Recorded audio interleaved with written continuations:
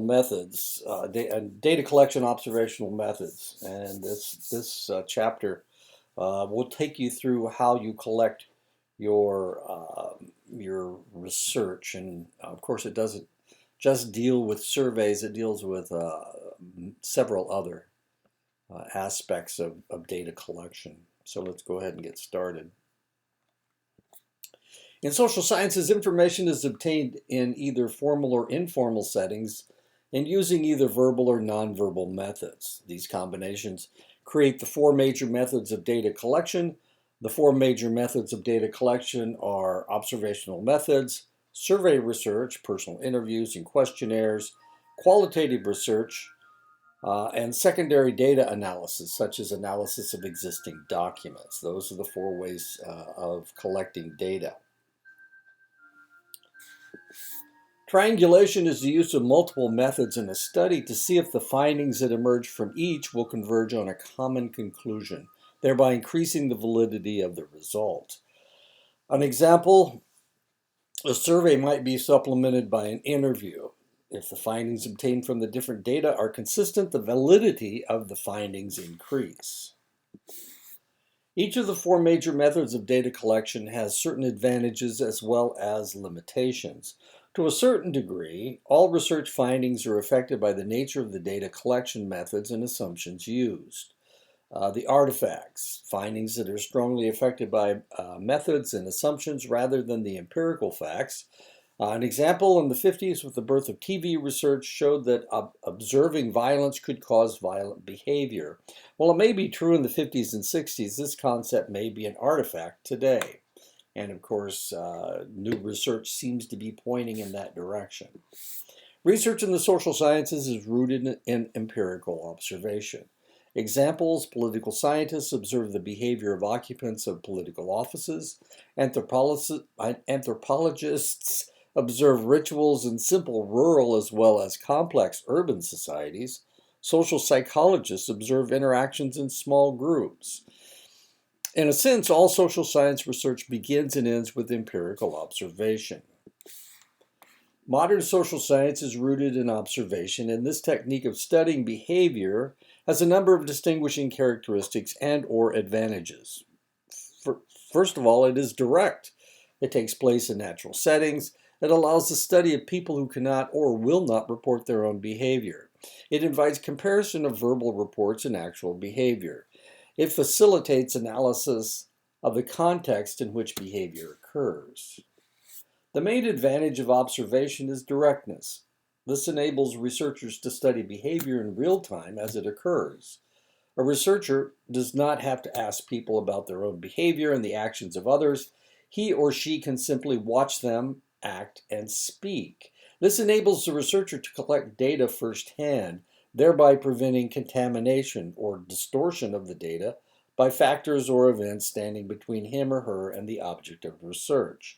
An example, when people are asked to report their past behavior, distortions in memory may influence the findings significantly, whereas the memory has no effect on the behavioral data collected through observational methods.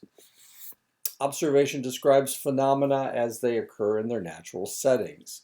Observation demands a lower level of activity involvement from those being studied, compared to verbal reports, which includes children who tend to find it difficult to be introspective, qualifying day-to-day encounters as more than just good or bad, observing individuals who are unwilling to express themselves verbally.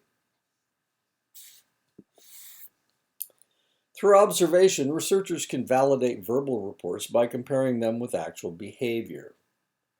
Finally, because the relationship between an individual and their environment is not altered in studies using observation, the researcher can detect the impact that the environment has on the persons being studied.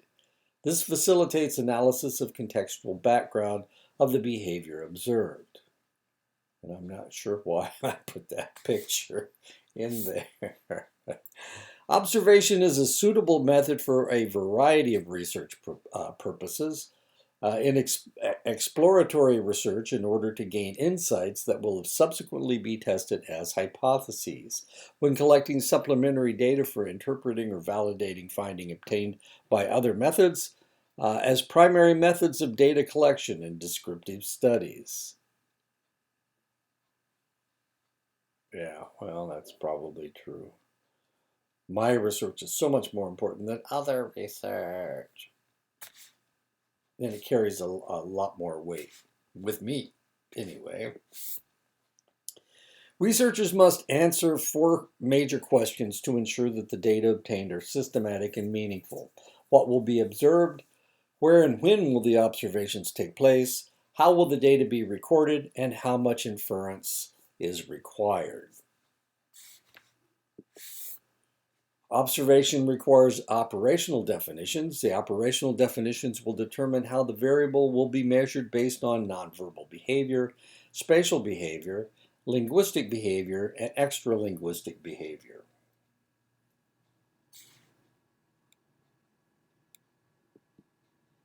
Nonverbal behavior, defined as the body movements of the organism and consists of motor expressions that may originate in various parts of the body. Nonverbal behaviors have been proven to be valid indicators of social, political, and psychological processes experienced by individuals and groups. Facial expressions in particular convey a whole range of emotions, including fear, surprise, anger, disgust, and sadness. Spatial behavior refers to actions taken by individuals as they structure the physical space around them. For example, people can move toward or away from a person or object. They can maintain closeness or distance in various contexts. Violations of personal space frequently produce stress, a condition in which people report feeling tense and anxious. The outcomes of stress lead to physiological symptoms, changes in galvanic skin response, pulse rate, blood pressure, and so forth. A good example is you may or may not remember Dr. Kine. She was actually the individual that started the psychology program. Dr. Kine was from Canada, and I'm from Indiana. Now, the curious thing about the two of us, people from Canada are more European than they are East Asian or Japanese or whatever or Spanish. They're very English, okay? And and I actually have an English ancestry myself. And people from Indiana really don't get very close to each other, and we talk to each other from a fairly good distance. What was kind of interesting with Dr. Kine and I, we would have conversations, and she'd be on one side of the room, and I'd be on the other side of the room. That's about as close to each other as we wanted to get. As strange as that is, it's not because we didn't like each other. It was because our personal space was so large. It was so gigantic. And when people would come in and join the conversation, they would stand halfway in between us because she needed her that much personal space from me because because we were both more of English descent than anything else. But when somebody who was Dene would come in, of course they wouldn't need that much space, and we wouldn't feel like we needed that much space with them. So they would stand in between the two of us and kind of turn around and talk back and forth. It was really kind of curious. Personal space. Scientists can use behavior as indicators of culturally determined spatial norms in a number of physical settings, such as crowds. Now, the curious thing is, and you're thinking, wait a minute, well, why didn't we need more space with somebody who's native? And the answer is when you're dealing with somebody from a similar culture to you, you maintain that much personal space. But what happens with other individuals that like to be closer, you compromise. And so when that person gets close to you, and instead of you moving away from them, you stay in that position. And that is a compromise that you make with other individuals because other individuals don't want to be screaming across the room at you because they don't need that much personal space. But obviously, the two of us did. It was really kind of interesting because both of us felt uncomfortable if we got anywhere close to each other. So we kind of played that really strange game where somebody would come into a room and the other person would back up to a more comfortable place. Really odd, I know. It sounds really strange, but yeah, that's the way it works. Now, some people like to be really close to each other, like the French like to be close to each other. The Italians like to be close to each other. Some people want to be touching each other. I played soccer with individuals from Saudi Arabia. They were Arabs, and they like to be right in your face. As interesting as that is, but and you would compromise. I mean, you would compromise because if you didn't get close to them, it made them angry. So, in order for them to be comfortable and for me to be comfortable, I had to get close enough to them that they felt like I was close enough. As strange as that is, Hispanic people tend to be close to each other, tend to be a lot closer to each other than the Brits are, anyway. So, really, kind of fascinating. These are things that you would see that you would, and if you didn't know, this is just somebody who's trying to be naturally to get away from other individuals, and it's nonverbal, and it's not like you talk about, hey, I want to get closer to you. It's not that kind of a situation. Scientists can use behavior as indicators of culturally determined spatial norms in a number of physical settings, such as crowds. Researchers must be acutely aware of cultural differences when it comes to spatial behavior. There are distinct patterns in the way that people use the space immediately surrounding them when they interact with others. Cultural variations in personal space can have significant implications for behavior in culturally diverse cities and societies. And this is one of the things that happened to my wife and I when we went to Japan and then to Korea, because Japanese and Koreans, their concept of personal space isn't the same as yours.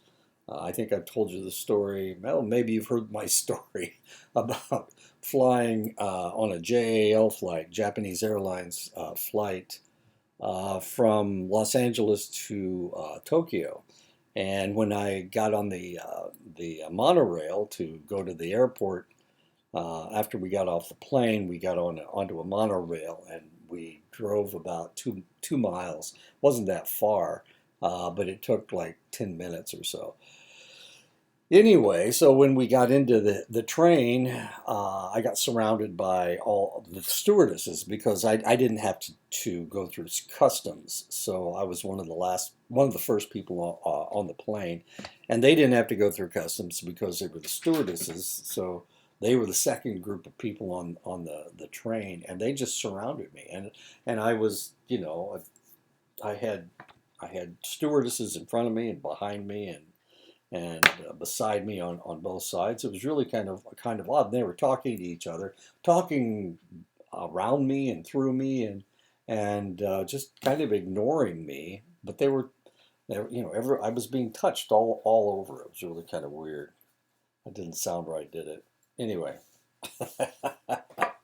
very different. And when my wife and I were in Korea, we would get on a bus, or get on the subway. It wasn't a subway. It was a train. But the Koreans would get right up next to you. Just right up next to you, and breathe right in your face.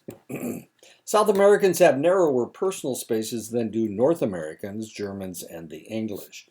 Individuals from German and Argentinian backgrounds may find it more difficult to interact with one another because each has difficulty establishing a satisfactory interpersonal space with the other. And like I said, some people like to touch, they have to be touching you when they talk to you. And that can be uncomfortable for some people. Linguistic behavior refers to words that manifest content of speech and the various attributes of verbal communication. Extensive use of measures of linguistic behavior has been made, particularly in studies on social interactions. Extralinguistic behavior or paralanguage, words in themselves make up only a small portion of the linguistic content of behavior. The non-content aspects of verbal behavior, such as the rate of speaking, loudness, and the tendency to interrupt, and pronunciation peculiarities constitute a fruitful source of data. The concept of body language refers to essentially the same phenomena. The average duration of spontaneous speech increases as the size of the group increases. Well, this is extralinguistic behavior or paralanguage. The frequency with which one person interrupts another reflects differences in personal power. People express passive emotions such as sadness through slow, muted, and lower-pitched speech. They communicate active emotions such as anger by fast, loud, and high-pitched speech. Another set of issues influencing when to use observational methods concerns the timing and recording of the observations. Time sampling is the process of selecting observation units, specific points in time at which to make observations. Time sampling ensures the representativeness of the ongoing activities observed, otherwise known as the defined population of behavior. Individual sampling or specimen records. In individual sampling, the researcher selects one individual and records all the behavior and events experienced by that individual during a specified period of time. Something happened to me today. I was making a cherry pie, and I put it in the oven at 20 till. It's supposed to cook for 50 minutes, and it was supposed to come out at 3:30. I'm sorry, it's supposed to come out at 3:30. And I checked my watch, and at 3:15, I'm thinking 15 minutes.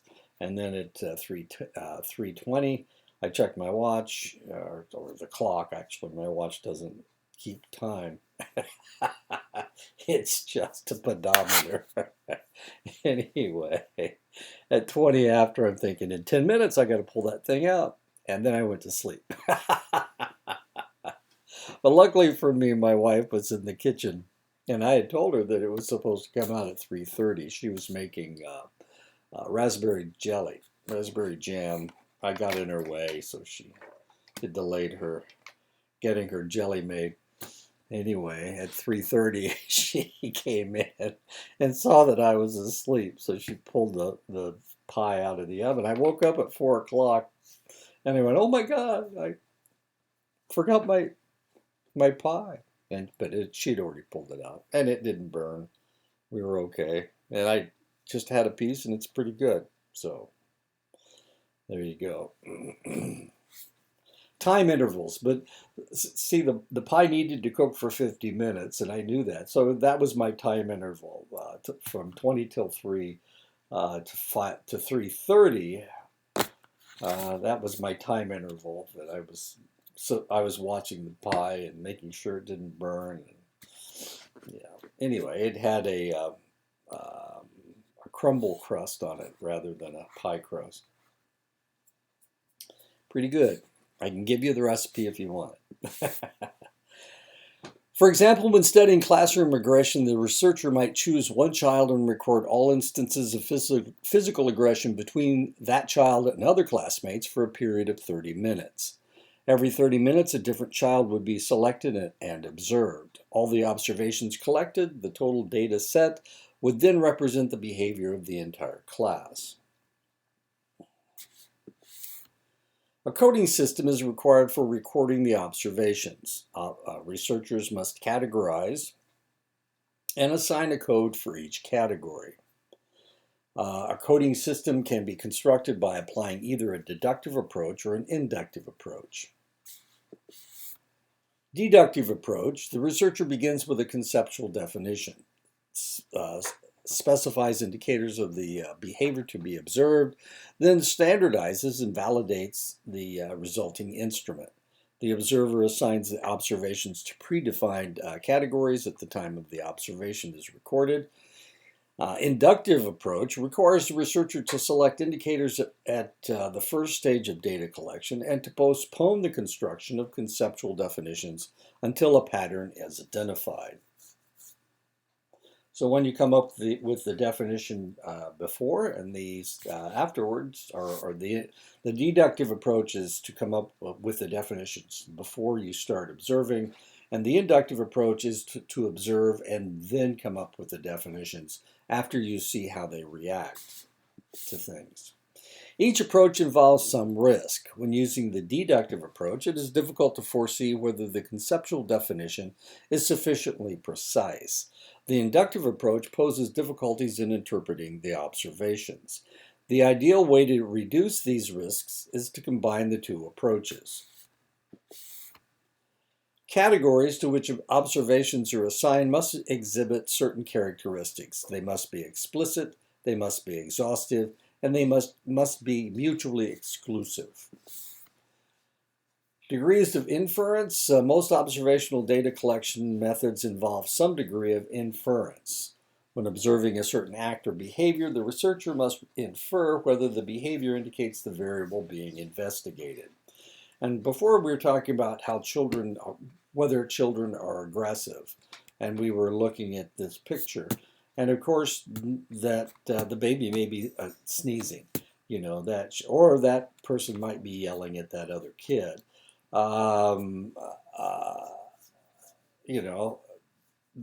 They might have just almost fallen asleep. But see, we're observing behavior in a picture, just a flashbulb moment, and it may not be exactly what we think it is. So most observational data collection methods involve some degree of, and that is the inference that we need to make. Some observations demand a low degree of inference from the observer. Many acts, however, require a greater degree of inference. The reliability of the inference depends on, to a large extent, on the competence of the observer. So if we're looking for anger, how do people show anger? Well, they do it in a lot of different ways. They can be passive aggressive. That is a form of aggression. It can be baring your teeth. It can be yelling at somebody, raising your voice. It can be being quiet can show anger. So it really all depends on the reliability of the observer as to what you interpret or infer is aggressive or behavior that shows anger. Two general types of observational methods, controlled and non-controlled. The two are differentiated by the extent to which decisions regarding behavior, timing, recording, and inference are systematically and rigorously implemented. Controlled observation methods are characterized by clear and explicit decisions made as to what, how, and when to observe. Non-controlled observation considerably less systematic and allows for greater flexibility. I'm not sure why I put that picture in there, but it's not. They look like the same person, except they're not. Maybe they're twins, but she's got on black shoes and she's got on white. Her purse is brown and her purse is white, gray. I don't know. Controlled observation can be carried out in the laboratory as well as in the field. In both settings, scientists wish to maximize control over extrinsic and intrinsic variables as a means to support the inference of causality. Now, one of the problems with trying to teach you research methods is that there are so many different types of research methods that we're dealing with that when we present this material, we have to present it to you in generalities,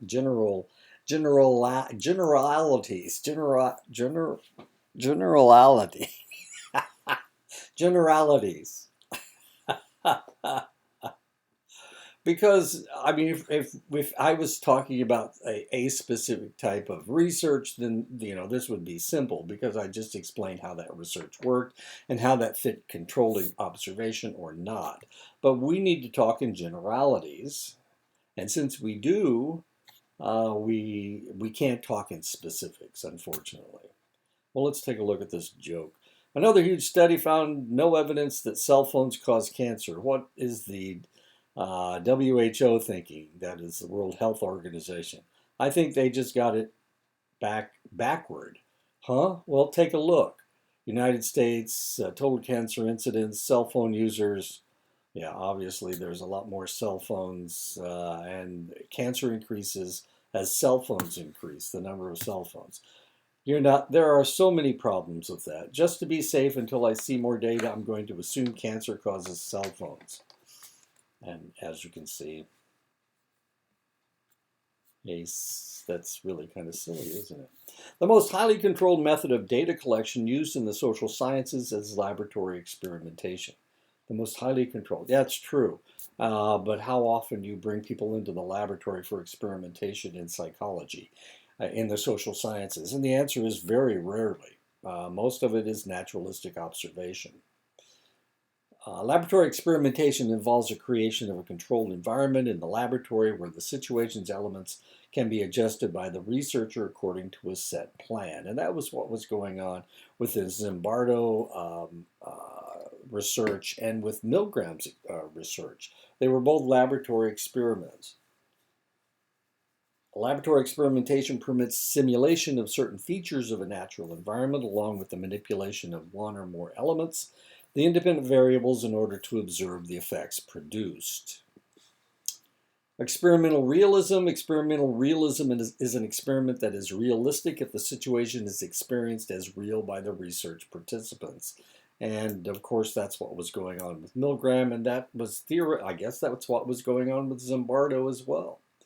Mundane realism. Mundane realism is the extent to which events taking place in the laboratory setting are likely to occur outside it in the real world. And I'm thinking maybe I didn't tell you about them. We've talked about the Milgram experiment, but I don't know that I've talked about the Zimbardo experiment.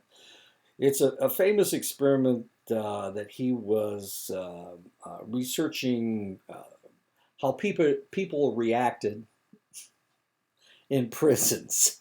And so he set up an experiment where he took the whole bottom floor of the psychology building, and he set it up as a prison. And he had all these volunteers. He had 80% of the people were going to be prisoners, and 20% were going to be jailers. They were going to be the prison guards. And it was random as to which was which. He didn't like take the meanest guys and make them prison guards, and take the most the biggest and angriest people as the prisoners. He just randomly assigned all these kids, all these college kids at Stanford University. He assigned them to a role, whether they were guards or whether they were prisoners. Then he set up with the campus police that they would arrest all of the prisoners, and they would handcuff them and put them in the back of their squad cars and bring them to the psychology lab, psychology building. And so that's how they brought them into the prison system. Then when they got downstairs, the guards, who were dressed up like guards in khaki uniforms, carrying billy clubs, and wearing glasses, wearing military shades, the ones with mirrors on the front. Anyway, so they brought these people in. They stripped off all of their clothes. They gave them a specific outfit to wear. They wouldn't allow them to do certain things. They told them that they had to do certain things at certain times. They locked them in rooms, just as if it were prison. And the people that were supposed to be the prisoners started acting like prisoners, and the people that were supposed to be guards started getting meaner and meaner and meaner and acting like prison guards. And Zimbardo was surprised, except he didn't really notice. So this was supposed to go on for 2 weeks. The prisoners were supposed to be in there for 2 weeks, and the guards were supposed to be guarding for 2 weeks.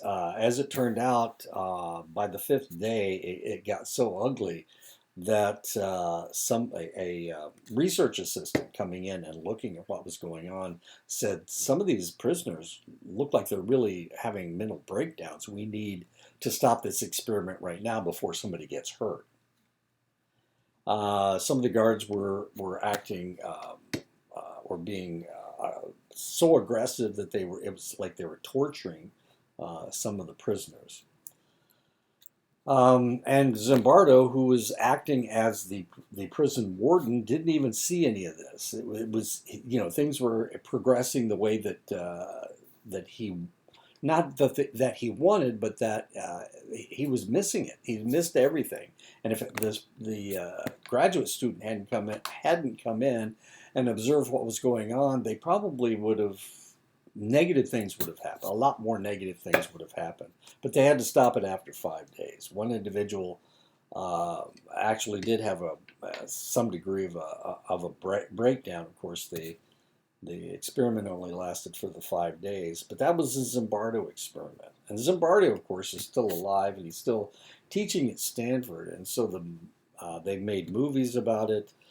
You can watch the original movie where he was filming the whole thing, and they have edited that, and you can see that. And they were stripping them down, not naked completely, but they were stripping them down to their underwear, making them do push-ups, torturing them, and it didn't make any sense. These were the best and brightest, of course.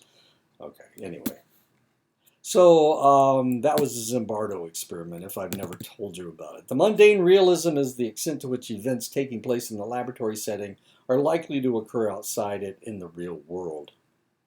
And that was the shock that Zimbardo had. These are some really brilliant psychology students who had volunteered for this experiment, and yet they were dipping into the mindset of actual prisoners and actual guards. An experiment high on mundane realism and low on experimental realism does not necessarily yield more meaningful results than one that is high on experimental realism and low on mundane realism. Laboratory experiments, 3 potential types of bias. Bias due to demand characteristics of the experimental situation itself, and that's what happened with the Zimbardo experiment. Bias due to the unintentional influence of the experimenters, and a lot of times it's because they want something to happen that it does happen. And measurement artifacts, that's what this guy is doing. He's throwing out he's got 3 agar plates, and he's throwing one of the samples out because it didn't agree with what he wanted. Measurement artifacts.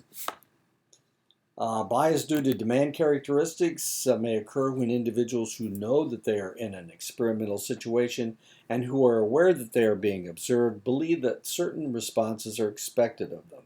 And the very opposite happened in the Zimbardo prison experiment. They knew what was expected of them. They knew that they were probably not supposed to react like actual prisoners and actual guards, but they did, and that was the shock to everybody involved. Responses to the experimental manipulation may reflect the participants' interpretations of the behavior the manipulations are intended to elicit. A commonly used term for this sort of bias is desirability bias, and of course, if you want people to, in my own research, I wanted my subjects to be resilient. They probably knew that, but it was a survey, and they had to answer the questions, and so it was difficult for them to guess what it was that they were supposed to say in order to look resilient. Bias due to behavior of the experimenter, the experimental expectancy effect. Researchers may unintentionally communicate their expectations regarding the participants' behavior in various ways, showing tension or relief, nodding when certain responses are made, and of course, that is a bias as well. Bias in measurement. Measurement procedures may introduce bias into the data by giving hints about the true purpose of the experiment. These hints may operate in a manner similar to experimenter bias or demand characteristics. Measuring instruments may be reactive in that they may alter the phenomenon being measured. Timing of measurement may also lead to misleading results. A field experiment is research which takes place in a natural environment. In a field experiment, the investigator manipulates one or more independent variables under conditions that are so carefully controlled as the situation permits. The difficulties involved in controlling intrinsic and especially extrinsic factors are considerably greater in field experiments. And I did a field experiment when I was working on my master's degree in psychology. It had to do with whether males walk on the right side or the left side of the young ladies that they're escorting. And what I did, I set up. I observed people going into the prom, and so the individuals were getting out of their cars, and then they were adjusting themselves, and they were walking into the prom. And what I discovered was that most males walked on the right side, and most females walked on the left side. It was really kind of funny because if sometimes if the male set up on the left side, the female would adjust it so that she was on the left side and he was on the right side for one reason or another, and that has to do with dominance, and it has to do with protection, it has to do with a lot of different things. But normally that's exactly what happens. Males are on the right and females are on the left. Now, the way it's supposed to be is that the male's always supposed to be closer to the danger. So if the road is on the right side, the male should be on the right. But if they're on a sidewalk and the buildings are on the right and the road is on the left, the male is supposed to be on the left side to protect her from whatever things are happening. Anyway, that was the field experience. Really kind of fascinating. It hit about 90% males on the right and 10% males on the left. But of course, there was no danger. They were walking on a sidewalk, but it was an open area on both sides of the sidewalk, so there was actually no danger. So which side would the male get on? Would he go on the right or would he go on the left? And it was about 90-10. The difficulties involved, and this was really an experiment. I was replicating an experiment done at Purdue University, where a professor watched students walking past his building. And it was a similar situation to what I'm talking about. There was no danger. The building wasn't really on the left or right. It was an open grassy area between the building and the sidewalk, and there was an open grassy area on the right side of the sidewalk. But what he noticed was, his was about 75-25%, and I saw it a little bit differently. I didn't have very many people that I looked at, only maybe 50 or 60 couples.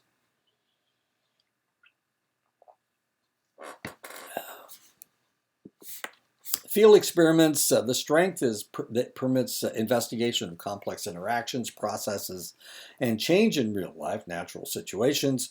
Weakness lies in the area of control. Researchers cannot control intrinsic and extrinsic sources of validity as systematically in field experiments as they can in laboratory experiments. Ethical issues are also a concern. They didn't actually agree to be observed. Pilot studies are test runs or pretests of the experiment that enable the investigator to ascertain whether the research participants or any other aspect of the research design are likely to differ systematically on any relevant factor other than their responses to the independent variable. I tried to figure out what this experiment was. They have something written on their chest. This was kind of a funny experiment. People stripped their clothes off on City Hall steps down to their underwear. And as you can see, everybody's smiling. It's not like they were forced to take their clothes off. They did it voluntarily, and something's written on their chest. And then this guy's stomach and chest. I don't have any idea what they had written on there. And I can't find the experiment. I tried to figure out what was going on. Ethics of field experiments. The participants in field experiments are often unaware that they are taking part in the research. In this case, they were very much aware of it. As a matter of fact, these two guys have on the same type of underwear and they're standing beside each other. I can't remember. The social scientist has to ensure that the privacy of the affected individuals is not violated and that they are protected from undue embarrassment or distress. And obviously, these people aren't in distress, despite the fact that they are running around in their underwear. And I just do not remember what it was about. A natural experiment is exactly as it sounds, an experiment carried out in an environment that has not been manipulated by the experimenter. Relative to laboratory experimentation and field experiment, the key difference is that the manipulation of the environment is naturally occurring. Control group, bar and grill, placebo hour, 5 to 7.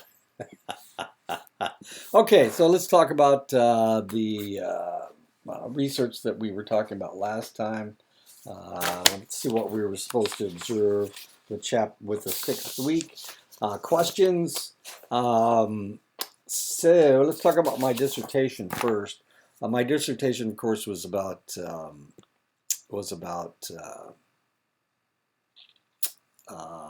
resilience. It was about resilience, and I was trying to find out. Whether education or gender or level of trauma or cultural whatever or age had anything to do with resilience. Okay, so I had 3 surveys that I used. Is that right? Yeah. One measured resilience, one measured cultural identity, one measured level of trauma, and then I had a 4th one that had to do with demographics, and that's how I found out age. That's how I found out age, education, and gender from the demographic survey. Okay, so the 3, one of them, one was a measure of resilience, one was a measure of level of trauma, and one was a measure of cultural identity, degree of cultural identity. Right, okay, so those are the questions. So today, in week 6, we're supposed to identify questions, the observations, what, where, and when. And as far as the dissertation was concerned, the what is resilience, the where is on the reservation or in their environment, and when is right now. How resilient are you? So let's go to the next one. The next one has to do with loneliness. So here is the questions from the loneliness scale. Maybe, if this comes back up. Come on. There it is. Okay. There's the questions. And actually, this is question 10, 11. Okay, so you see the questions.